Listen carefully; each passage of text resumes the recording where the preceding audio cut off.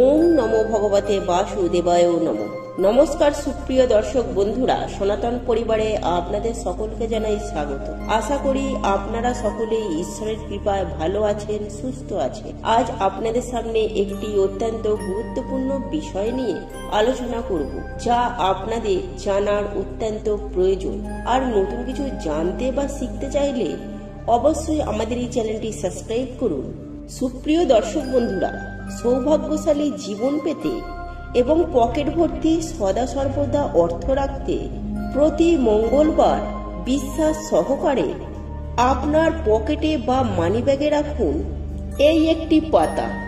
এর ফলে আপনার পকেট সবসময় টাকায় পরিপূর্ণ হয়ে থাকবে, সাথে সমৃদ্ধিশালী একটি জীবন পাবেন।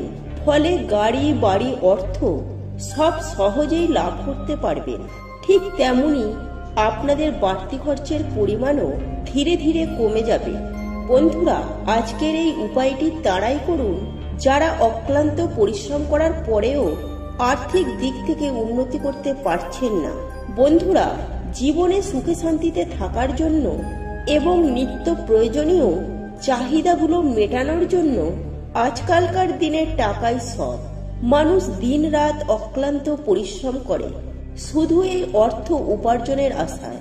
কিন্তু অনেক মানুষ আছে যারা অক্লান্ত পরিশ্রম করার সত্ত্বেও যারা তাদের প্রয়োজন মতো অর্থ উপার্জন করতে পারে না, তারা তাদের সপরিবারের চাহিদা মেটাতে পারে না। আর আজকের এই ভিডিওটি তাদের জন্যই। বন্ধুরা, পরিশ্রম করার পাশাপাশি যদি এই সামান্য এই একটি পাতা আপনি প্রতি মঙ্গলবার আপনার পকেটে বা মানিব্যাগের মধ্যে রেখে দিতে পারেন, তাহলে 7 দিনের মধ্যে ফল পাবেন হাতে নাতে। তাই এই প্রসঙ্গে বিস্তারিত জানতে ভিডিওটি স্কিপ না করে মনোযোগ সহকারে শেষ পর্যন্ত দেখতে থাকুন। আর ভিডিওটি দেখে কোনরূপ উপকৃত হলে অবশ্যই একটি লাইক করবেন এবং আপনজনদের সাথে শেয়ার করবেন, যাতে ওনারাও দেখে উপকৃত হন।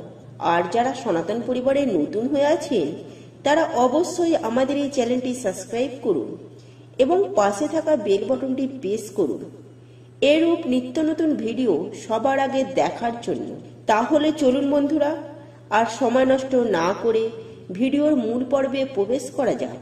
সুপ্রিয় দর্শক বন্ধুরা, হিন্দু ধর্মে হনুমান চাল্লিশা এক গুরুত্বপূর্ণ স্থান লাভ করেছে। কথিত আছে, হনুমান চাল্লিশা পাঠ করলে হনুমানজিকে সন্তুষ্ট করা যায় ও আশীর্বাদও পাওয়া যায়। এমনকি এও শোনা যায়, হনুমান চাল্লিশা পাঠে শনির কুদৃষ্টি থেকে রেহাই পাওয়া যায়। তাই মঙ্গলবার হলো সংকটমোচন হনুমানজিকে পুজো করার দিন। আর এই সংকটমোচন হনুমানের পুজোতে অবশ্যই পাঠ করতে হবে হনুমান চাল্লিশা। আর এই দিন যে উপায় বা ক্রিয়া অবলম্বন করা হয় হনুমানজির আশীর্বাদে, সেই উপায় বা ক্রিয়া কখনোই বিফলে যায় না। বন্ধুরা, আপনি কি জানেন, হনুমান চাল্লিশা পাঠ করার মধ্যে এমন একটি শক্তি আছে যা আমাদের চারপাশের নেগেটিভ শক্তিকে সরিয়ে ফেলে পজিটিভ শক্তিতে ভরিয়ে তুলতে সাহায্য করে। পজিটিভ শক্তি খুব দ্রুত বৃদ্ধি পায় হনুমান চাল্লিশা পাঠ করলে। সৌভাগ্য যেন সর্বক্ষণের সঙ্গী হয়ে ওঠে। অনেকেই বলেন হনুমান চাল্লিশা কেবল মঙ্গলবারেই পাঠ করা ভালো। তা নয়, প্রতিদিন হনুমান চাল্লিশা পাঠ করা যেতে পারে। শাস্ত্র মতে হনুমান চাল্লিশা দিনের বেলা পাঠ করার থেকে রাতে পাঠ করলে বেশি ফল পাওয়া যায়। তাই সুপ্রিয় দর্শক বন্ধুরা, এই উপায় বা ক্রিয়াটি বলার আগে এই বিষয়টি বলার একটাই কারণ যে আপনি যদি এই পাতাটি আপনার সাথে রাখেন, তাহলে সেই দিন অতি অবশ্যই আপনাকে হনুমান চাল্লিশা পাঠ করতেই হবে। আর যদি আপনাদের পক্ষে সেটা সম্ভব না হয়, অন্তত পক্ষে হনুমান চাল্লিশা শ্রবণ অতি অবশ্যই করতে হবে। যাই হোক বন্ধুরা, আপনি যদি হনুমানজির ভক্ত হয়ে থাকেন, তাহলে অবশ্যই একবার কমেন্ট করবেন, জয় শ্রীরাম, জয় হনুমান। বন্ধুরা, আমি আগেই বললাম যে মঙ্গলবার হলো হনুমানজির বার। আর এই দিন বিশ্বাস সহকারে হনুমানজির পুজো করা যায়। তাহলে রাম ভক্ত হনুমান সকলেরই মনস্কামনা পূরণ করে। সেই কারণে আপনারা এই বিশেষ উপাচারটি মঙ্গলবার হনুমানজিকে স্মরণ করে ভক্তি, নিষ্ঠা ও আন্তরিকতার সাথে এই পাতাটি আপনারা আপনার পকেটে কিংবা মানি ব্যাগে রাখবেন। আর এই উপায় বা ক্রিয়াটি করার জন্য আপনারা যে পাতাটি রাখবেন সেটি হলো 3টি তুলসী পাতা। হ্যাঁ বন্ধুরা, তুলসী গাছ আমাদের সকলেরই বাড়িতে রয়েছে। সেই কারণেই সামান্য এই 3টি তুলসী পাতার বিনিময়ে আপনারা শক্তিশালী এই উপায় বা ক্রিয়াটি করতে পারবেন। এটি করার জন্য আপনাকে প্রতি মঙ্গলবার সকাল সকাল ঘুম থেকে উঠে স্নান পর্ব সেরে নেবেন। তারপর আপনারা শুদ্ধ বস্ত্র পরিধান করে আপনি তুলসী মাতার উদ্দেশ্যে জল অর্পণ করবেন এবং জল অর্পণ করার পর আপনারা 3টি তুলসী পাতা চয়ন করবেন। আবার ওই 3টি তুলসী পাতা নিয়ে আপনি আপনার ঠাকুর ঘরের আসনে যান। এরপর আপনি আপনার ঠাকুর ঘরে যেভাবে আপনি নিত্য পুজো আরাধনা করেন ঠিক সেইভাবে আপনি নিত্য পুজো আরাধনা করুন। এবং আপনার বাড়িতে যদি হনুমানজির মূর্তি বা ছবি থেকে থাকে তাহলে সেখানে হনুমানজির চরণে 2টি তুলসী পাতা দিন এবং একটি তুলসী পাতা হনুমানজির বুকে দিন। সেই সঙ্গে ধূপ আর প্রদীপ জ্বালাবেন।